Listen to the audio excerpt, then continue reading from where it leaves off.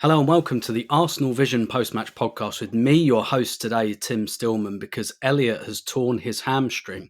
No, he hasn't really, but it's in fashion at the moment, isn't it? In the Arsenal community, maybe Adidas will have a little kind of hamstring drop, merch drop next week or something like that. But it's me, your host, Tim Stillman, because as I think Elliot said earlier in the week, he's doing some travelling at the moment, so I'm kind of taking over for today. But if you're really, really keen on Elliot's views, and I know lots of you are, he did a little thing for patrons called Unmarked. And Unmarked is something all of us do periodically where basically one of us will do a monologue for anywhere between 10 and 25 minutes on a particular subject. And Elliot and Clive have both gone unmarked, as we call those episodes this week. So Clive did one kind of on football media, how Arsenal are covered, etc., for around 10 minutes. And then Elliot did his kind of instant reaction, if you will, to the news of Clive Havertz.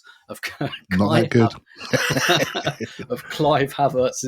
We've all just gone stir crazy here. Of Kai Havertz's injury. So we've got those, and also Paul and Scott did what was it?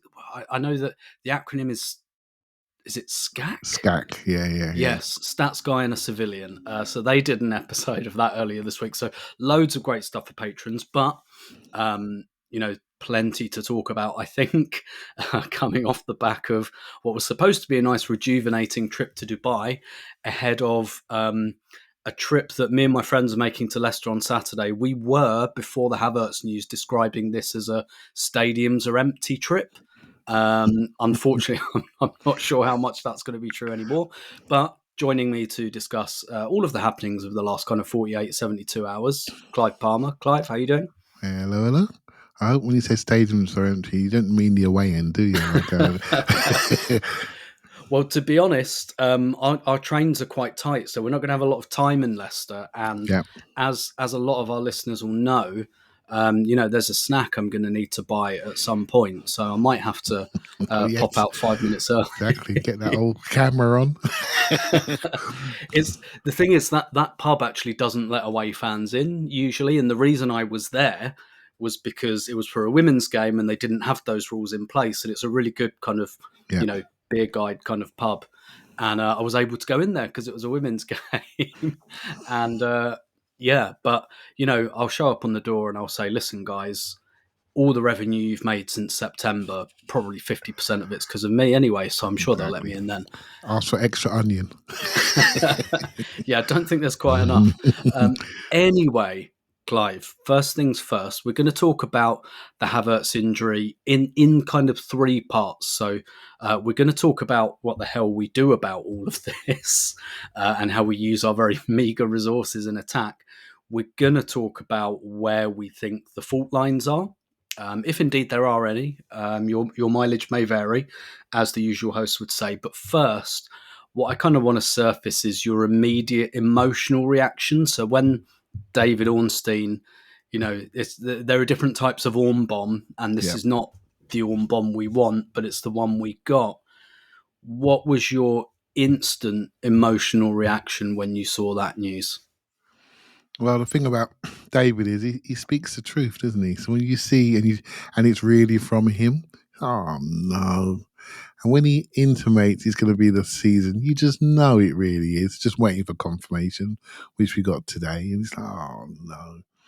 So really, I'm an optimistic fan. So I've got plans to go to Munich, Tim. Do you know what I mean? The Champions League final. I just cancelled that hotel. I didn't get that far. But it's like, it's just, it takes away your dreams a little bit, doesn't it? Of what could be, despite the fact that we are, behind Liverpool. I've sort of compartmentalised a lot of that and said, look, just take away a couple of red cards and we're sort of there or thereabouts, Liverpool being better, but not that much better, So the chance of a run feels like it's sort of gone, and then of course that's the original reaction. Then you sort of go through it and go, it's over. I was out for a walk. I came back and my phone was hot. I thought, oh no, what's happened? And it's real, right? So, and then you see the anger of everybody, didn't you? You see that permeating around, and then various people get blamed for it, and I find that interesting. And so but now a day or so later, I get too sensible too quick. I'm like, I get too sensible too quick, and now I'm thinking solutions. Now I'm getting excited about those solutions, which is great. 2 days for a game, but if we're not winning by about 25 minutes in, that excitement could disappear, right? So roll on. Yeah. I was having like a good discussion about this with friends in like my biggest Arsenal WhatsApp group, which has turned into a bit of a therapy group, and that's where I saw the news drop where someone just drops it in with no comment as well, just drops the on bomb in, and everyone's day is instantly ruined.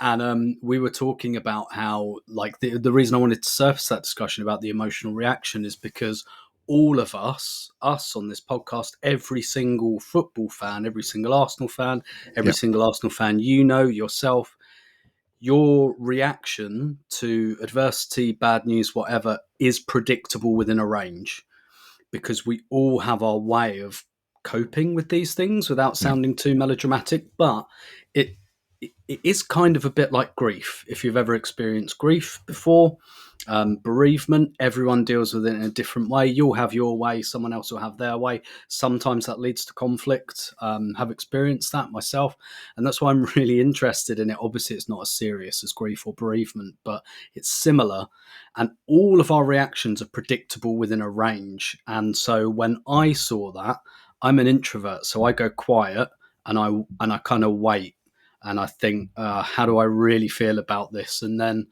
I'm not going to lie, one of my instant instincts is always to try to find a reason to defend Arsenal when I see that Yep. anger you're talking It's your about. club, right? It's your club. Yeah, and some people, they'll respond they need to vent, and then they'll be okay. They'll do a bit of vent, like I think Elliot does that. You Vents, think vents, correctly, vents, Tim? but then like gets it all out, and then right, okay, now I'm going to reorder my thoughts, and Yeah. that's all fine. I'm one of those people, I go a bit quiet, but when I see the anger, I think a slightly immature like rejection of negativity, and I always think I need to manage it somehow. And I've learned over the years to kind of step back from that initial instinct and think to Yeah. myself, actually, okay, like people are venting, they're entitled to vent and all of that. And like, I need to not try to police that, because for Yeah. some reason I just have this like initial reaction to do that. But when I'm managing it for myself, I kind of go a bit quiet, Yeah. and I don't really say a lot, and I go away and think about what do I think. But I'll be honest, I don't like. I did think like, oh geez, I was thinking it'd be a disaster if it was like a 3 or 4 weeker. Like this whole like worst case scenario always happening. Always does. It seems really weird. And I was thinking, God, if it's 3 or 4 weeks, that's a disaster. And now it's this. It's just like, well, complete disaster. But I'll be honest. We'll talk about the Merseyside derby later. Sometimes you can't lie to yourself. Like, your initial emotional reactions are very instructive. And this didn't hit me as hard as the Saka one, for example. And I think that's because I've said this before. I think the league's, it's not that it's not there, I just don't see it, and I haven't seen it for a while. So I don't have that like, oh my God, the league's gone, because I kind of already think that deep down. But for me, when I started to think about it, same as you, I was thinking, Champions League. Like, that's the one I've been thinking, like maybe Yeah. we've got a chance there. And I still think we do, don't get me wrong. Like, we're going to get Saka and Martinelli back in about a month, and I think that's important context. Like, what we've got now is, it's not great, let's not lie, but it's a month until hopefully we get those two back. And hopefully we can use the international break in March intelligently to, maybe keep them back from their countries, do an internal friendly or something, like really kind of manage that well. But yeah, I went a bit quiet, and when I go a bit quiet, it's usually because You know, bad. I know. Yeah, And sometimes when because obviously, if you want to say something online, you sort of forget sometimes that we've got a few followers, and it creates even more of a storm. And so sometimes it is good to let something breathe. And then it becomes about where do you want to go emotionally, about why are we here? And it's been a challenging year, full stop, regarding injury. And also for me, a challenging year regarding enjoyment. The slices of enjoyment have been quite small, and they've been really quite good, the things that have gone well. But I sometimes feel, I've got a real issue regarding how we're allowed to or not allowed to enjoy things. We have to do things in a certain way. So sometimes even your victories are really criticised to a point where you end up in a sort of emotional state defending the club around victories. The Man City game was a classic example of that. You win 5-1, a result that's probably been about 8 years waiting for, and we're not allowed to enjoy it, right? So it's frustrating. So back to my view, we got to cool down and be less sensitive to the exterior motives around media, particularly around our club. But on this one, the thing about this one, Tim, is that I don't know any single Arsenal person that hasn't felt we needed an extra forward. Right, that's me being concerned.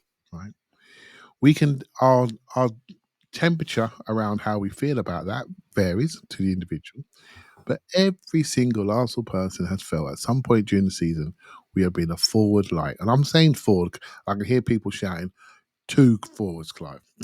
But let's just say forward, shall we? We needed a Yep. forward. Some people say we need a centre forward. Some people say we need a wide player because we can move people around. We needed another forward. We felt light in firepower. And when you sit there in the Emirates, as I know you do and I do, and you see 4 left backs warming up, you just sometimes say to yourself, okay, we've reached a point of imbalance. We Yep. really have. And you can say what you like. It's just obvious. It doesn't matter about the club. We love the club. We love all the players. We love the man. It doesn't really matter. When you see 4 left backs warming up and all your forwards out on the pitch running their legs off, then you got to say to yourself, we've got something wrong. And then it becomes about how do you want to mitigate that? How do you want to fix that situation? And that's where we then go into the division and the discourse, right? Can we fix it financially? Do we want to fix it? Are we all aligned in our strategy going forward around trying to hold for the summer to really reinvest and maybe renew the squad? Then you start to question our ambitions. Then you start to question, well, Declan Rice asked for a forward and Arteta asked for a forward. Then you start to question alignment, which we haven't had to question for quite a while because Hmm. everything has been aligned and connected. And then you start to open the club up to criticism. And then they're going to have to try to defend themselves based on the fact of injuries, which we all could see coming. This is the thing, Tim. You saw that young man walk off against Man City. You were there at Wolves. You Mm. saw him lying on the floor, and this wasn't unknown. Other people saw it too. And the thing about social media is people can share the ones who didn't see it. They can share the pictures, Yeah. and so we all knew. And for us to all know, and for this just to manifest the way it has, I'd like to feel as though we fans are not the cleverest people in the room when it comes to professional elite sport. And if we can see something like this, it makes me wonder. It makes me wonder. And so once you have that wondering, then you got a problem, ain't you? Really, you got a problem. Yeah, it's funny in that same Arsenal WhatsApp group, someone shared, under there's a tunnel. If you walk from, say, the Holloway, not the Holloway Road side, sorry, more the Finsbury Park side, from like the Tollington pub Yeah, towards the stadium, there's a little archway, there's a little tunnel, yeah, and the guy North Banksy has done a load of murals. It looks yeah. really good, Hornsey Road. Yeah, actually. yeah.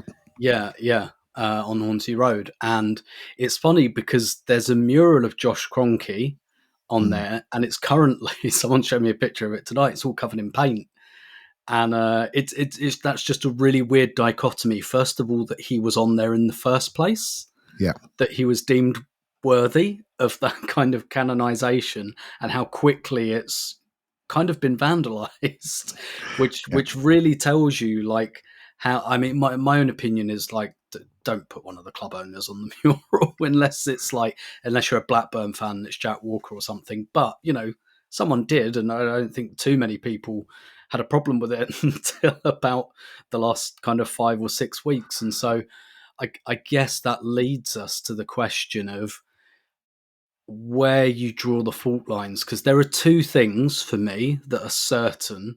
Certainly there is bad luck involved here. Yeah, Certainly there is bad luck involved here. Definitely Arsenal took a risk. They have been punished beyond massively. belief. It's almost like the Rice red card all over again, except it's not a referee, it's a hamstring this time. It's like, you're taking a risk, are you? Have the biggest punishment possible and have it absolutely immediately. But what is also certain is that there is, I don't know if you want to call it negligence or whatever, but there was a risk taken. Everyone at the club knows that risk. I guess before, and so my question to you, Clive, was going to be, how do you weight those two things? But I guess a good way into the conversation, let's say, as some of the reporting seems to suggest, that maybe Ollie Watkins was there for 60 million. If we push Yeah. that out now, that might well have impacted getting Seshko in the summer or whatever. If you gave Arteta that choice now, and the club that choice now, let's say Magic Genie comes out of a lamp and says transfer window is open for you for one more day, do you think they put that 60 million down for Ollie Watkins now? I suppose you would do, but I think the good thing or the bad thing about post-transfer window articles that we all read, it seemed as though Villa had approached us on Ollie Watkins, and looking for a number, knowing they had another offer for John Duran in the background, and basically they went for the one that gave them the most return immediately. We then shut the Watkins one down. My feeling around that is, okay, that's fine. That's just part of negotiation. But what was your plan before Ollie Watkins? Because if Villa had approached you, that was quite late in the window, because it was after the Villa game, I believe. January 18th, that game. Yeah. So what was the plan?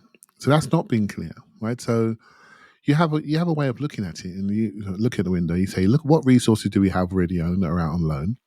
Are they worth bringing back? Are they even possible to bring back? Are they fit enough to bring back? Right. So you look at your own resources. You then look at your academy, see what they can offer you. Well, we got lucky there, right? So, and then you say to yourself, do I want to bring forward a strategic signing from the summer? Bring it forward. Is that possible? Is that cost effective? It seems as though they tried some of that, and that would seem to be maybe that was the plan. That wasn't possible.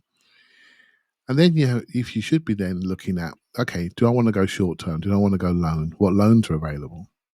Right. And they seem as though they weren't prepared to go that route either. And then they have to make a decision. They have to carry a risk.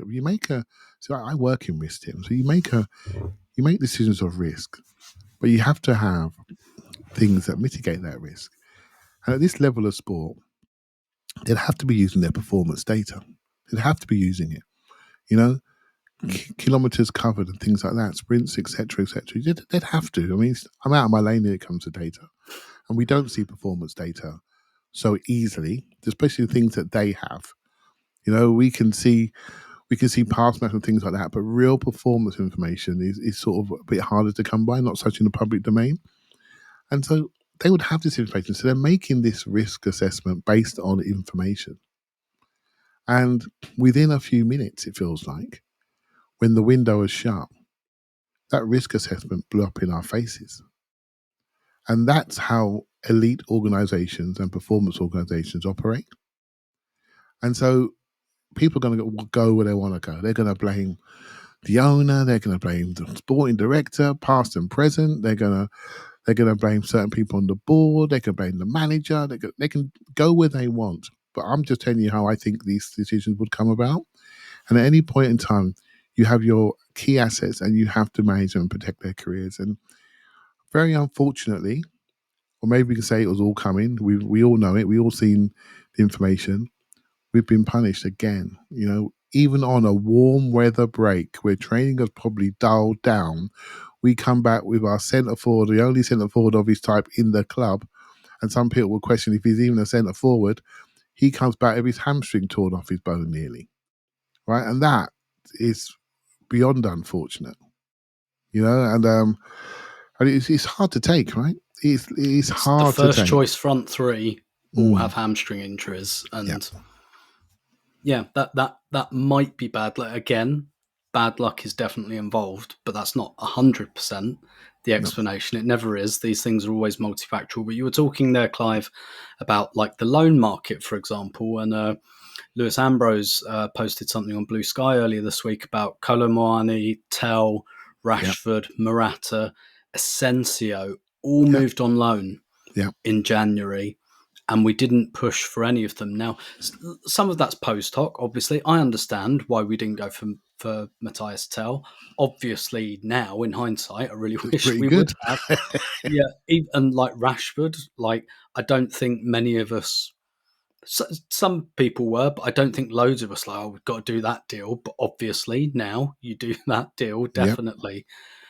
I mean, I'll tell you, the one that jumps out at me weirdly is Morata. Yeah, me too. And I understand all the reservations about Alvaro Morata. I'm not telling you I think he's amazing or anything, but to me, that felt relatively low risk, and that felt like not a player that I think will shoot us to the Champions League, but a player who, when there's half an hour to go against Newcastle in the League Cup semi-final and you've lost and you don't need Havertz on anymore, like someone to, like even Sterling, if he's done nothing else, and he probably hasn't, at least he's taken junk minutes from people every now and then. So when it's 3 or 4-0, someone can come off and he can eat up those minutes. And, from the article James wrote in The Athletic about Morata was that Arsenal were kind of willing to do that. But then, Galatasaray came in. Like, I find that one difficult to get my head around. Galatasaray came in and what? Like, you're telling me that you can't go to Alvaro Morata and go, do you want to go to Galatasaray or do you want to come to Arsenal? Maybe I'm being naive. And, maybe Galatasaray are offering him like a starting role, 90 minutes every week. I still think he'd come to Arsenal. And it kind of sounds like we gave up on that one a bit easily. And that, for me, is more the one I look at, because really, I don't think I want any of those players on a long-term basis. And you're probably looking at obligation clauses and stuff like that. Whereas like Morata on a quote-unquote dry loan, I'd have been all over that personally. Yeah, you read my mind. I said something similar previously. It just felt like us doing that. However, I think he went to Galatasaray permanent, didn't he? I think he did. Oh, did he? Yeah.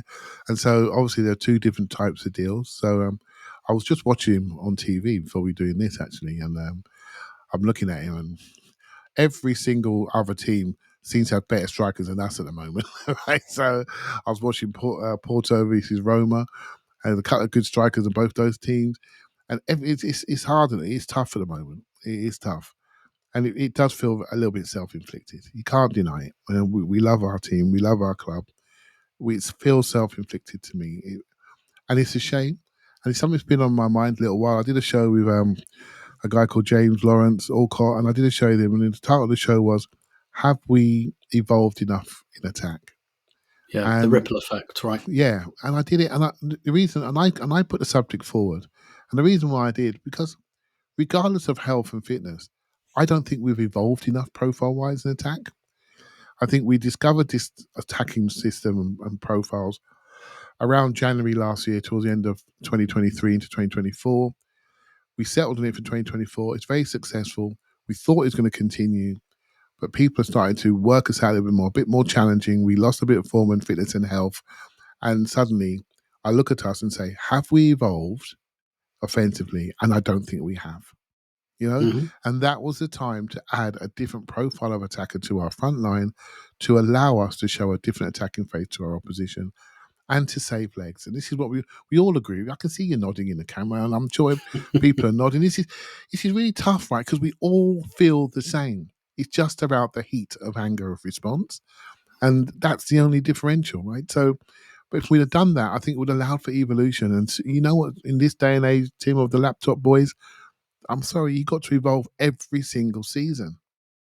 You have. If you don't, you're in trouble.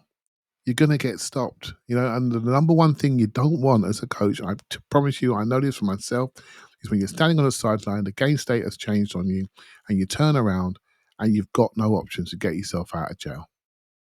And that is exactly where we are right now. If the game state doesn't show us what we need, and we haven't got 53 left backs to stick on the pitch to hold a lead, we're in a bit of trouble. We're in a bit of trouble. I'm sure we're going to work really hard to come up with a new system and a way forward.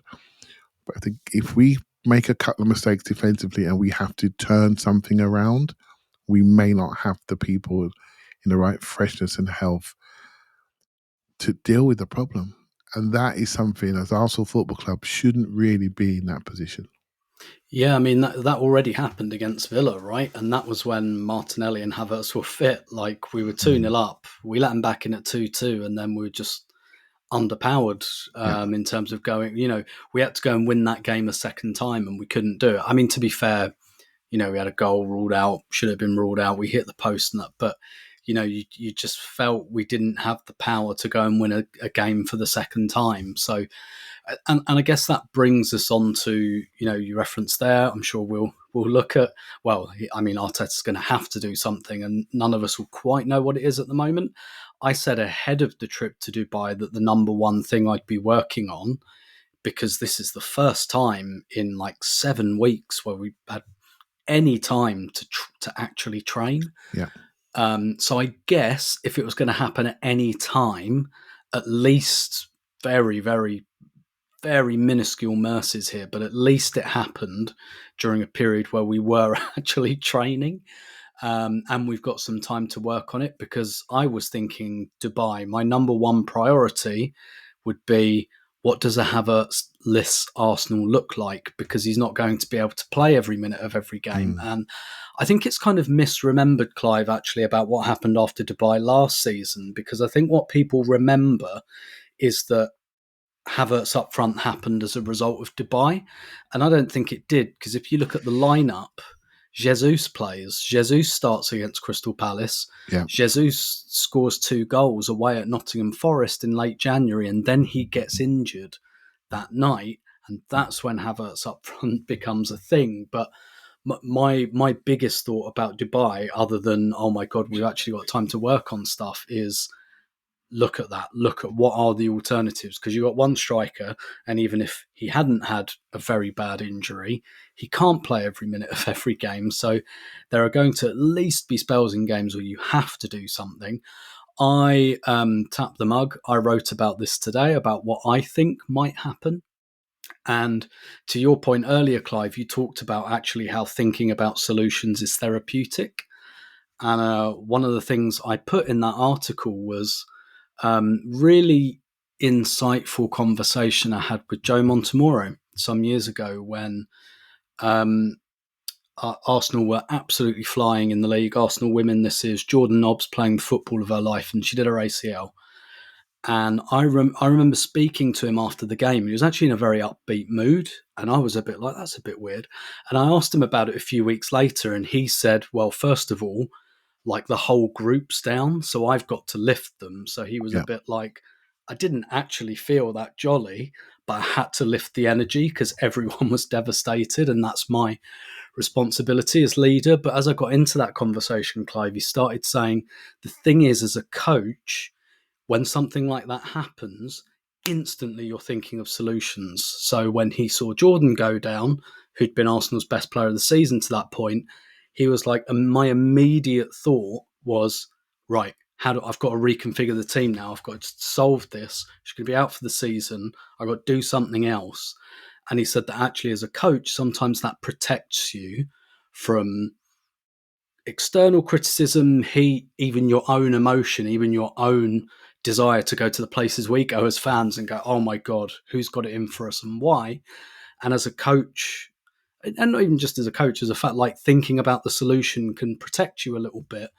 And like, I think Arteta is definitely one of those people. He'll say this because he kind of needs to say it, but I believe it, that he's the type of coach who almost thrives on this, who'll almost, I wouldn't go as far as to say enjoy it, but will see it as a challenge and think, okay, all right, this has happened, this thing's happened, nothing we can do about it, throw it in the bin. I've got to come up with a solution here. And actually, I found writing the article and just thinking about what do we do here, I actually found that really therapeutic. So I'm now inviting you to do a bit of therapy. And how do you think, like, we'll look ahead to the Leicester game a bit later, but like, how do you think things look on Saturday, for example? So for me, it's really interesting. I find it, I may be one of few, so I'm going to have to apologise. But I find it quite an exciting challenge to see what we do. I do. I find it quite exciting because I can't fix hamstrings.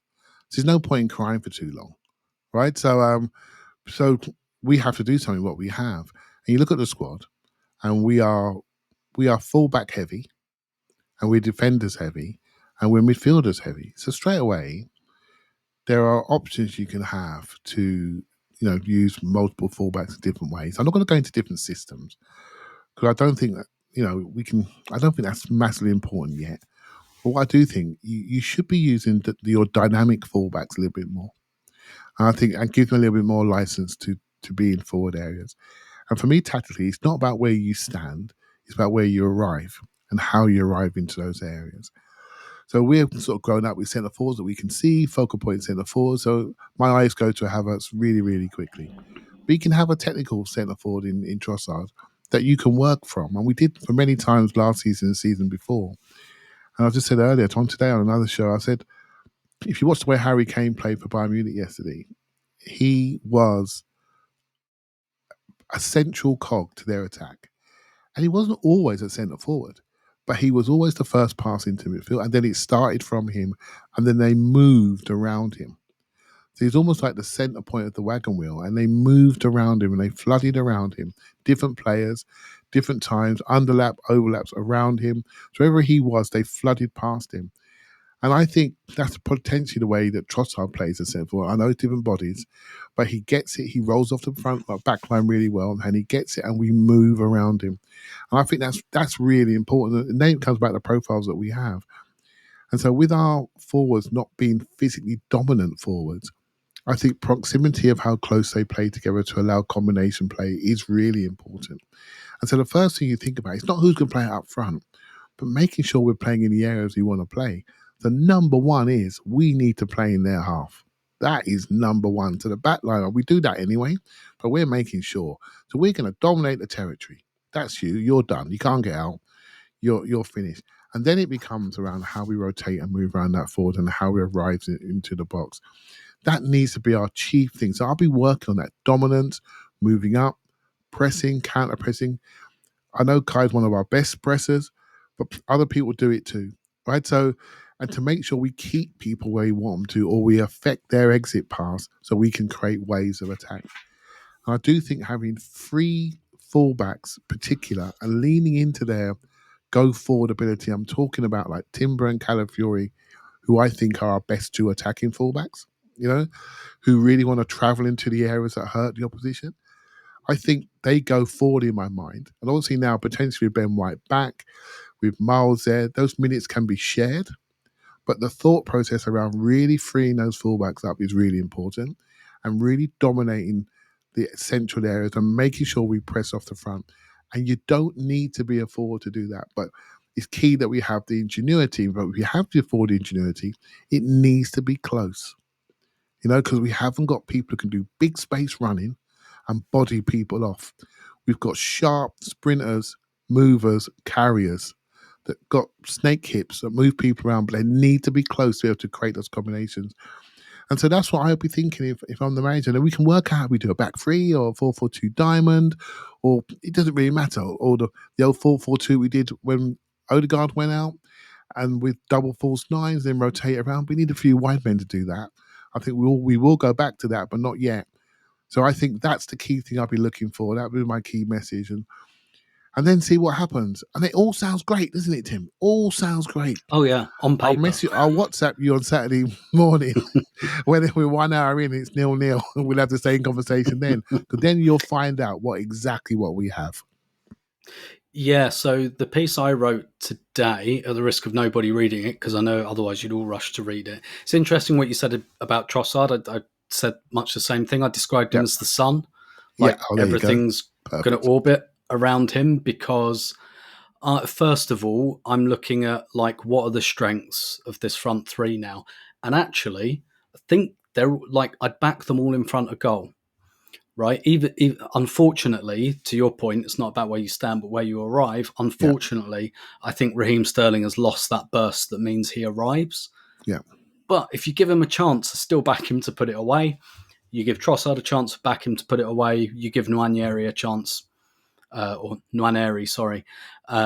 Give him a chance. I think he's going to put it away. So, what are you looking at there? Like rotation of positions, so we can get Ethan into good shooting positions. Yeah. That's got to be something as well. Maybe Raheem less of the carrying and more of the arriving, maybe Yeah. on that back From the post. left. It's got to be Yeah, from the left, hasn't it, Tim? Got to be where he's exactly. better anyway, isn't he? Yep. Yeah, exactly. And I think where he's struggled on the right is, with Saka, that's an on ball role, and I don't think he's ever been that player really. But he's more of like again in his pomp, more of like a Freddie Ljungberg, Good shout. Yeah. burst over like with and without the ball, burst over 5-10 yards, get past that fullback, get in the area.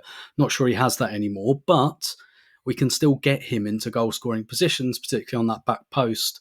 And if we make Ethan the more ball dominant, but getting him on his left foot in the area, that's got to be a big part. But the bit I hypothesized on most, Clive, was there's been a lot of talk about, and I know a lot of people, understandably, have rolled their eyes, because if you told me in August we'd be having a conversation about Mikel Merino as a false nine, I'd have rolled my eyes too. But what you said there about what we did without Erdegaard, I wouldn't be surprised if we see something similar, but from the other side, where Yeah. because what's the biggest thing we've lost without Havertz? Height, presence, hold up. None of our forwards do that. Trossard's not doing that on his chest. I think David Raya launches a third of his passes overall. Like, you look at the teams in the Premier League that launch the goalkeepers launch their passes. Forest, who do they Yeah. have up front? Brentford, who do they have up front? Like Everton, who do they have up front? Like those, and we're in about the middle of that table, but we don't have that anymore. We don't have that posting point, which is why I wonder if Merino and Trossard kind of doing a bit what Havertz and Trossard did Yeah. earlier in the season, where Merino, in certain phases of play, he's the closest we have to that posting point. If we want to go a bit long, or we need a bit of physical presence, and him and Trossard perhaps doing that rotating false nine thing. And the kind of, I hadn't thought about this until there was something, I've used I don't think I've done it on the podcast, but in our back channel WhatsApp, I've kind of said I see Merino almost like Fellaini. Yeah. And I don't say that pejoratively. I didn't like Marouane Fellaini. He was a bastard, but like, I don't tend to dislike bad players like Marouane Fellaini. I think it's an aesthetics thing, right? He had a massive purple patches, didn't he? Where he was a top player. Yeah, he was, and he was a bit of a bastard. And let's face it, he had big funny hair, and that always, I think, gets you like ridicule. I think the same happened to David Luiz. I think his kind of weaknesses were enormously homed in on because of his haircut. I honestly believe that. But is that why I hate Cucurella then? Is that why? Yeah. And but the thing is, with like the Fellaini comparison, because I think it was Dean AFC Camden on Twitter who said something like, made that Fellaini comparison, and the thing that really struck me when I saw that, and it's a comparison I'd made myself, and I sat down to write this piece, I was like, what did Everton used to do under David Moyes? And one of the things that always the first time under David Moyes, one of the things that always fascinated me about them, they bought Andy Johnson from Palace, complete bust. They bought James Beattie from Southampton, complete bust. They bought Yakubu, complete bust. Every time Moyes bought a striker, a fixed striker, it flopped.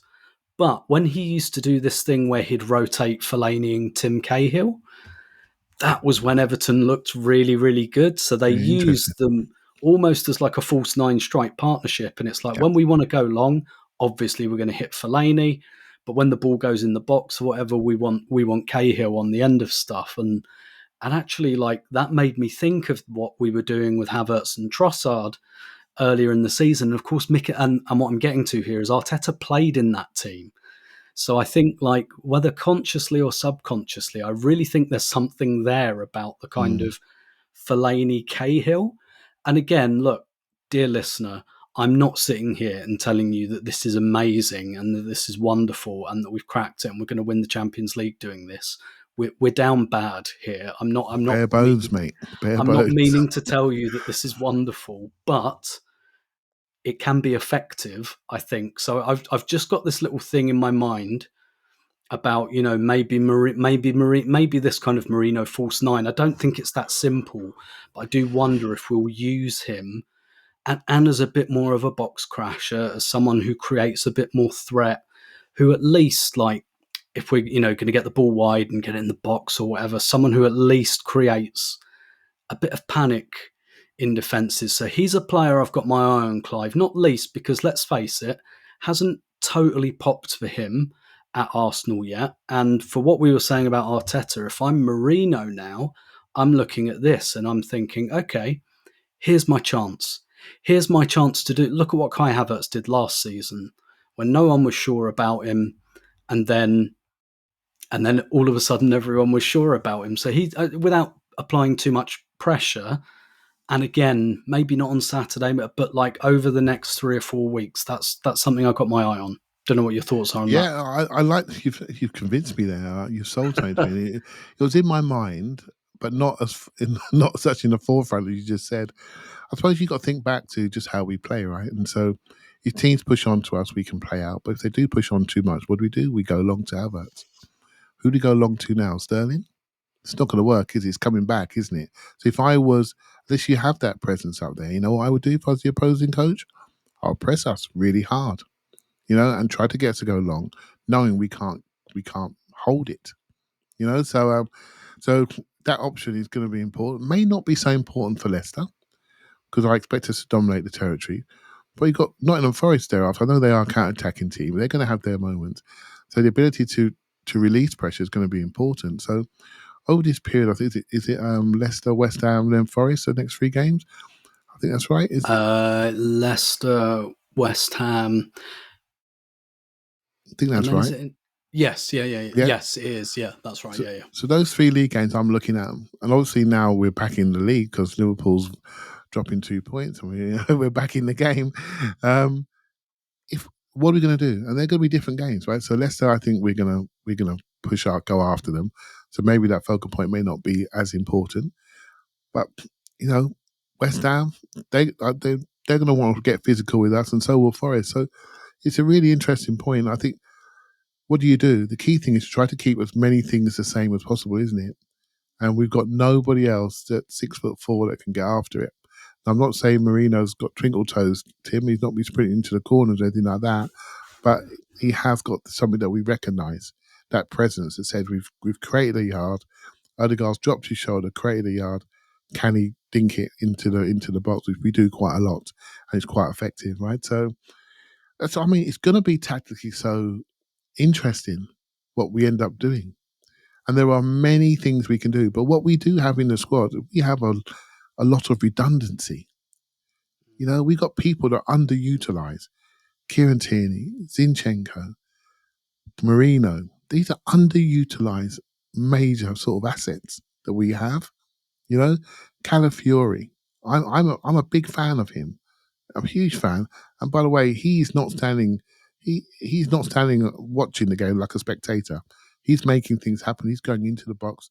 It's those thought of free spirits I think we really need. So, and these are all underutilized resources that haven't been used yet. We've got Ben White coming back. They can add something to us. Although we've flogged our forwards to death, we've got a number of players who are quite fresh, eager to make an impact. And so I think it's for those people to really step up. And maybe chief among them is he's our captain. You know, who've really got to find a role. And sometimes in these potential system changes, he sometimes looks the odd one out. You know, so he needs to get hold of these games and really manipulate them and bend them to his will to make sure we're doing things and threatening teams properly. So I do think it's going to be interesting to see how the manager deals with it, and also how the players deal with the extra responsibility and accountability on them to make things happen in the last third. And I think this is going to be a real test of the internal spirit that we have and how much we want to take this forward and not sulk like we all are as fans. Well, I'm over that part now, but you know what I mean? And I honestly, I am genuinely excited. But if we don't, that first game where we hit a 0, I think the grief is back big time. And then you worry about the reaction and where people are going to go when it comes to blame. Yeah, and listen, I said the same when Erdegaard was injured. I said the same when Saka was injured. This is going to cost us points. Yeah. Like, it just is. There is almost, I mean, there's not a world where we take every single point. Even with everyone fit, that probably doesn't happen. It certainly doesn't happen now. And so I do think that day is coming, hopefully not on Saturday. What we're going to do now is I'm going to leave a little space for Elliot to do his magic and do his ad read. So we'll take a little break and Elliot will talk about loads of wonderful products that will transform your life. None of them will be a centre forward. Unfortunately, we'll come back right after that. Okay, we're back. Thanks for that, Elliot. Wonderful ad read as ever. Obviously, I heard every single word and have bought every single product. Now, another thing that happened this week that maybe also required some emotional regulation was Liverpool's game in hand against Everton, which I think has been in everyone's mind, Everton's included. Liverpool's included. And I think what was really interesting, you talked after the Newcastle defeat about, Newcastle lost the game before they played us because they were thinking about the game against us. Yeah. And we go and beat City 5-1 because we weren't thinking about Newcastle. I think you can see here, what do Liverpool do against Plymouth? They pick 11 fans out of the stand. Yeah. To go and play for them after a couple of ginsters. And that's your Saturday uncovered. Well, yeah, indeed. And listen, I think they were absolutely right to do that. They've got a lead at the top of the Totally league. agree. They're in the Carabao Cup final. They've got to be among the favourites of the Champions League. If I were a Liverpool fan, I'd be like, throw this in the bin. Like we've got two things utterly in our grasp and a Champions League to go for. Like I'd have thrown that game way in the bin personally. Yep. But obviously they've had this in their mind, and this game's been lingering over, I think, Liverpool and Arsenal to varying degrees for a little while, because we wanted to know what is the gap. First of all, before we discuss what the permutations and all of that, how did you experience it as a game? What was your... Because usually one of the things that is both brilliant and terrible about actually being in a title race is you go towards the end of the season, you go through it twice, because you watch your own team and then you watch the team you're competing with, and you support whoever's playing them with all your heart, and it's quite exhausting. But first of all, just your overall impressions of the game, maybe the way it finished, the chaos of it and all of that. But how did you feel emotionally? How emotionally invested did you feel in it while you were watching it? I was invested in the game because I just found it really enjoyable. And I generally, from the moment you saw the Everton programme come out in the daytime, it's got Arteta on the front page, I'm thinking, yeah, mate, I've always had a soft spot for them until we play them. And so, yeah, I quite like that. I quite like their brashness to do that. And then the game started. And so my feelings on Liverpool is, Tim, I think they're good. I think they're good. I think they've been better than us. But I don't think they've been 9 points better than us. And, I'm still not over the 2 red cards. I'm sorry. I know it sounds boring to a listener, but I don't care. Nope. The 2 red cards for kicking the ball away, I just think that's rubbish. That's nothing to do with football. And I think just give me 2 or 4 of those points back. And that's more what I think the gap is.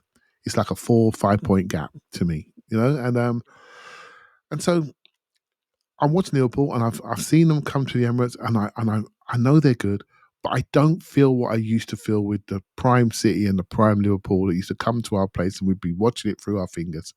Do you know what I mean? It was like there was a distinct gap that I don't feel the same. They've had a really good run this year when things have worked for them, a good start to give them confidence. Watching this game, the first thing I see, Everton won it. They won it with them. They're not having it. They won it every single inch. Even on the goal they conceded, they probably got overexcited trying to exit and then got counter pressed because they were just trying almost too hard. Needed to slow down, and they lost it and it went into the box and Liverpool finished. That's a game they want. To and fro, counter press, get you while you're disorganised, run for open space, they're in.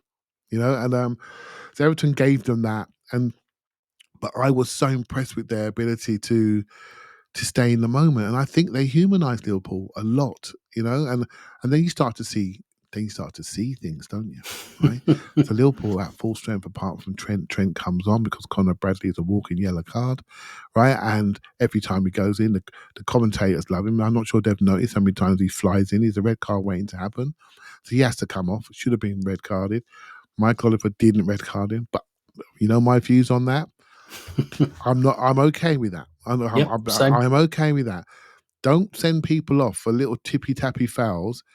Just let them know you're done. And what did Slot do? Mate, got somebody else on. That's what I want to see happen. Stop reducing these games. This is for really violent actions. And so he kept him on the pitch, quite rightly, though he didn't do it for us. Cough, cough.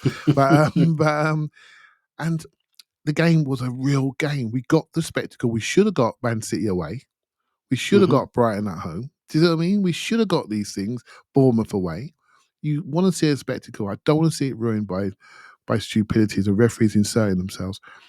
And when Liverpool scored, make it 2-1, you thought, here we go. This is what's happened all season. The air went out the balloon. It went out and they sort of didn't. It took them a while to recover, but they gave it one last effort and they gave their fan base the memory of their lives. They literally did with that goal. And mate, I lost it. I screamed like I was a right blue nose. I screamed. And because it's almost like the first thing that's gone wrong for Liverpool, it feels like. It's just been a rose-laden garden for them, And that's the first time. And Tim, it was interesting to see the cracks in the team, particularly in fullback areas with Andy Robertson and their right back. It's interesting to see the stress around Konate this time of the year. When he came to Arsenal, he was supreme. I didn't think he was so good in this game. I thought he could be moved, and he got moved on the goal. Should have been stronger for me. That's not a foul. It was not two hands in the back. That's not a foul. And then you start to see people like McAllister stepping up. I couldn't see Gravenberch. I couldn't see Curtis Jones. You're starting to Salah's always there, right? Diaz I thought was bright. And you're starting to see the cracks. We've got issues in our team, but you start to see theirs and their reaction. And I thought it was interesting. But then you turn around and you pick up your phone and it's got Havertz out for the season and the two don't compute, right? So you can't get too excited, but they're not much better than us. It was sort of frustrating, but we can't put the pedal, we can't get a fifth gear if you got no forwards. You can't guarantee that, so it's going to be interesting. But that's how I felt watching it, mate. Yeah, I can't lie. I didn't feel emotionally connected to it from an Arsenal perspective. And again, I promise I haven't talked myself into that. That is just how I feel. So I wasn't sitting there like, come on, Everton, please, please, please. I was, once they went 1-0 up, I was like, oh, I'm interested. And then Liverpool equalised. Okay. And then had Everton been winning, I think I would have tuned in a bit more, but they weren't winning for very long, and it was in the first half. And so when they score the equaliser, I experienced that much more just as a football fan. It's just like, wow, this is incredible. And to your point, I've always quite liked Everton, so I don't begrudge them that moment at all. And I do think that one of the things I found useful about the fallout, because it's difficult, isn't it, not to get into that kind of bitter Arsenal fan, view everything through the Arsenal lens. Like, God, if Arteta had behaved like Slot at the end, we'd have the overlap would be like Parliament would be called, and Jamie Carragher and Gary Neville would be on the front benches, and all of that. And look, Slot's not been here very long. Give it another 3 or 4 years when people are a bit sick of him, or after he's done a referee rant or two that people don't like. He's fresh. He's fresh and he's new, and he's in his breath of fresh air phase, like Ange was a little bit, and he hasn't had much reason to kind of complain. So but I have seen celebration discourse about Everton, and again, I think it's complete losers on the internet. Like anyone who seeks to police or moderate this type of thing, I feel sorry for them. I view them as a loser in life. I really do. And so I don't really care, but it in a way it's valuable to see that, because it's like, okay, it doesn't just happen to us. There is and I've got friends who are Everton fans, and they're all like, why are you moderating this? And I get it, because that's how I feel when it happens to Arsenal. So I admit I found a use in going, okay, that doesn't just happen to Arsenal, because Everton have had this great moment. Of course, it's only a point and all of that, but it's just a really nice moment for a club who can't win the league, haven't won a trophy in 30 years, and it's very, very unlikely they will in the next few years. So, it's all relative. Major moment for them. Yeah. And listen, we didn't win the Champions League in 2006, but I still remember how I reacted to Jens Lehmann's penalty save against Villarreal. I knocked a guy twice my size on the floor after that. So, but I get, and because the thing is as well, I hate that conversation about because there hasn't been conversation about, oh my God, has Slot lost it? Is he too emotional? Was it I think since Kevin Keegan in 1996, we've just been too obsessed with this idea of oh my God, because someone's been a bit passag with a referee or made a snarky remark to an interviewer. Oh my God, they're all cracking up. We're so quick, I think, to go there. And I essentially think it largely doesn't matter. But I guess what have you made of some of the, if anything, of the quote unquote fallout from this game? Well, it's nice it's not us. And it's quite interesting watching videos of Michael Oliver's sort of decisions going around for Liverpool fans today. And it's interesting watching that, because Michael Oliver's not any of our favourites, right? But to see it from another team's perspective, because I watched that game and I quite liked how he let the challenges go. I thought he felt the room. I really did. And there was a couple of fouls that weren't given, but he did that on both sides for me, and of course Liverpool didn't get the results, so the fouls that Liverpool didn't get are the ones that hit the comps, shall we say. I'm not a one for seeing managers being sent off, I got to be honest here, or carded. You can fine them and use that money to go into the game, to give it to other clubs down there. Just don't send them off. You're just being. I know it's the rules. It's not the referee who made those rules, but don't be sending managers off, because he now misses a game. And I remember when Arteta missed the Villa away game after celebrating a Luton last minute Declan Rice goal in the smallest dugout in the world. Exactly. And I don't think he moved that much, to be honest, but the referee just wanted to card him, and we don't have him on the bench at Villa away, and we lose at Villa away. That's too much to pay. That's too much to pay. So Slot and Liverpool don't have their manager, they don't have their assistant manager for a match day. I mean, what are we doing here? I mean, that's not right. And so that's not Mike Oliver's fault. He couldn't there was no post-match press conference, because apparently you can't do them when you're sent off. When you're sent off. And the assistant got sent off. So we lost content. We lost something. Yeah, I'll wait to hear what he wanted to say. And if I'm him, and I'm not going anywhere near anything. And so forget the rivalry. I don't want that for anybody. No, same. Right? The managers are putting everything into this. They're putting he targeted this game. He was literally a few seconds away from winning the league, basically, because it may have knocked us emotionally and crushed us. So he's quite rightly to have the I got no problem with it at all. And it's just an interesting moment for Liverpool. Like I say, they've won the league once in 30 years, and they did it with no crowds. This means a lot to them. Mm-hmm. They haven't done it for a long time where they can celebrate with their people. This means a lot. This is why I just wanted Arsenal to stay in the room and just see how much they would cope with any pressure we could apply. But I'm not sure we can, but we can only try, right? But yeah, I see some things because I want to see them. So I mean, Tim, I want to see the cracks. When it comes down to it, they got Wolves at home on the weekend. We got Leicester away. They could roll into a 3 points easy there before it gets really hard. I think Newcastle, City, and Villa. I'm not sure which order, but Newcastle, City, and Villa, 3 really tough games in like a week.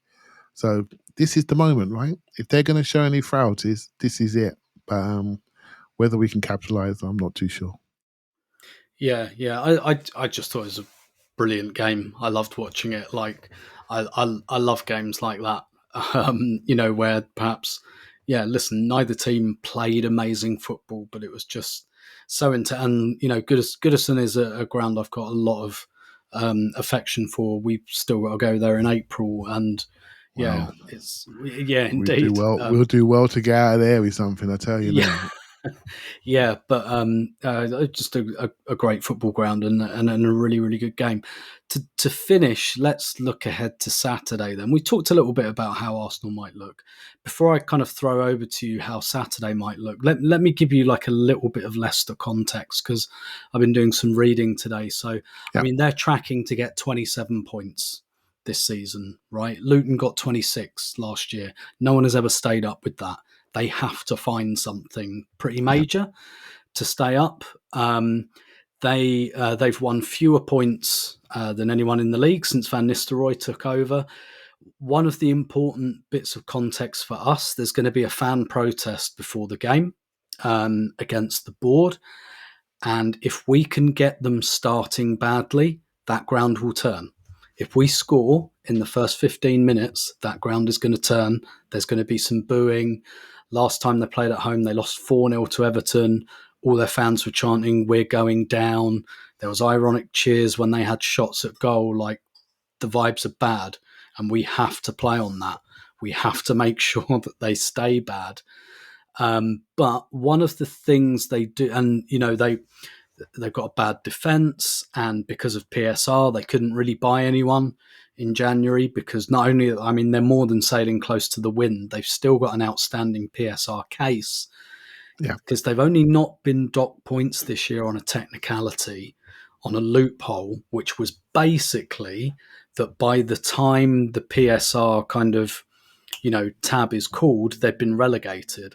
So their argument was, well, we weren't a Premier League team, so you can't punish us. So, like, essentially they've got out of a points deduction because they were relegated, and that there's so they're out of that on a technicality. So PSR wise, it's bad. They bought one player for £3 million and he's not starting. So their improvement, they've got to find it with what they've got. But one of the things that is going for them, though, Clive, they've got Wilfred Ndidi back last week. Now, if I tell you that Van Nistelrooy's first 2 games, they get 4 points with Ndidi, he gets injured, and then the preceding 9 games, they lose 8. And they got him on the pitch for an hour against United last week, so he's probably going to be good to start. So that's a player they've really missed, that they get back. And again, I'm not sitting here and saying, therefore, we shouldn't win this game, but it's a little bit of context. They looked better at United last week, and they probably will again. Whether that's enough or should be enough is another thing. But how do you see this game going? Or how do you see our approach to it? Sorry. Yeah, they've also got, I think they've got Vardy back as well, haven't they? I think back. So, yeah. Yeah, so a player that we've got a few scars from in the past, right? So, hey, look, when you're all over the Athletic for not having no forwards, when you look at the opposition, everyone's team looks good. Right? So I look at Boubacar Samaria, I think, he's a good player. Actually, he hasn't really been that good since he came from France. But with Ndidi, I think he's not too bad, but it's the sort of midfielders that we can deal with. It's their power strength midfielders. So I think we're set up with, Rice Party, Marino, whatever we do, we can deal with those sort of players. Is it Ralph Feist that plays at the back? Feist and the David Luiz, Faust, sorry. Yeah. David Luiz lookalike guy. Mate, he's an accident waiting to happen, isn't he? But again, it's how we affect him, how we make that work. Hey, we're better than them. Obviously, we are. I think they've scored 25 goals this year so far, and so it's not enough. And so we got a chance to take them. I think the more importantly, what's really exciting about this game is what we decide to be, how we decide to look. And it's going to Because they tell don't you know. they That's don't one know. thing. That's one thing we've got going for us. If Yeah, you're Ruud van Nistelrooy preparing for this game, you've it's not got a good. lot to go on. Not you haven't got anything. You haven't got a lot to go on. We don't know what system shapes. We don't know. But what it's going to tell us really, Tim, is how Arteta deals with key people being out. And before he's been able to find things that keep us to our similar shape. He changed shape once when Odegaard was out for 10 games or so. And I quite liked it until it stopped working. And then we sort of lost a bit of progression and Odegaard came back in and we barely lost a game since he's come back in, even though his form has not been great. So I do think it's going to be interesting what we do now with Kai, because I personally feel that in this iteration of Arteta's Arsenal, David Raya and Kai Havertz have been the two most tactically important players in the team. And he's not saying they're the best players. I think they allow us to do more things tactically than any other two players. And then you got other players that come in to allow us to control momentum of the game, like Declan Rice, for example. And then you're looking at your superstar in Bukayo Saka, and these are the fundamental key players in our team. So we've lost the Havertz Raya link. We've lost that. It's going to be interesting to see how we deal with it. Right? I'm not saying we're a long ball team, but it's something we could always do. We pull people onto us, and we can always exit and create one-on-ones out of the pitch. And so I am really super interested when that team sheet lands. I'm even more interested in the first 5 minutes of the game to see how we're playing. That's when you really know the instructions that come from the coach. This is what we're going to do. I really want to know what happens if we go 1-0 up and see what we do then. And we're going to have a bench that can close out games. So, but we've got to get the first few goals ahead of time so we control the story. So, are we going to go back to fast start FC Arsenal? Remember that one? First 5 minutes, we'd go after teams and just really go after them and control the story that way, and then set into our pattern. It's going to be interesting to see what we do. I can't wait. I'm genuinely excited because I can't, like I said earlier, the reasons why we're here is not anything to be divided about, because we all agree we were short and we took a risk. And so now we are here. It's all about what we do next, and we're in solution mode, and I'm looking forward to it on the weekend. Yeah, I think the key thing is that Leicester crowd, they're coming in on a down mode, right? Because they're probably going to get relegated. They did nothing in January because they couldn't. They're protesting against their board. We got to keep them like that. I Wolves don't were like that as well, want. weren't they, Tim? You went to Wolves, didn't they? Yep, Wolves had something similar going on, didn't they? they did. And, we perhaps gave them a little bit of hope in that game and we let them get into the game. And I don't want like a big tackle at 0-0 on 30 minutes to lift that ground, or a chance, or worse still, a goal. Like, I want their crowd quiet. I want us chanting "Stadiums are empty" everywhere we go. Got At the to end, be. but even look, I'm not necessarily expecting us to win like 4-5-0 or anything like that, but I just don't let them get in the game. Don't let them get in the game. The crowd will die, and let's, even if we can't do that 5-6-0 that we were doing this time last year, at the moment, like, at least let's keep the crowd. The crowd are coming in like 3-0 down, basically, is how I'd say it. Like, keep them there. I think Keep the that's ball away from them and watch Raheem exactly. Sterling score a hat-trick, Tim. That's basically what Well, your Saturday is going to be. Simple as that. indeed. And I want, like, Jamie Vardy, was he playing? That's the kind of thing I really want. So, and look, let's face it, this is one of the kind of fixtures we could have asked for on the back of this, because Leicester and Southampton are, they're the two worst teams in the league, and we got one of them. So it's Got to a win. gift horse. we Gotta win. can't look in the mouth and let's build from there. But I think that's quite enough of that. Clive, thanks so much as always. Thank you very much.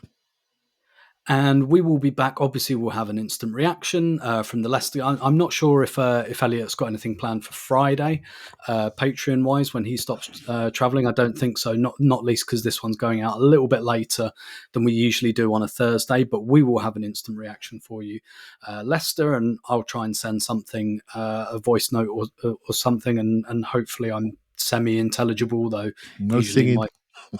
Usually my voice notes from away games are not really that intelligible, but perhaps add a little bit of colour.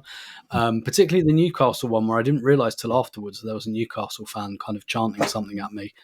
But I was completely engrossed and didn't care.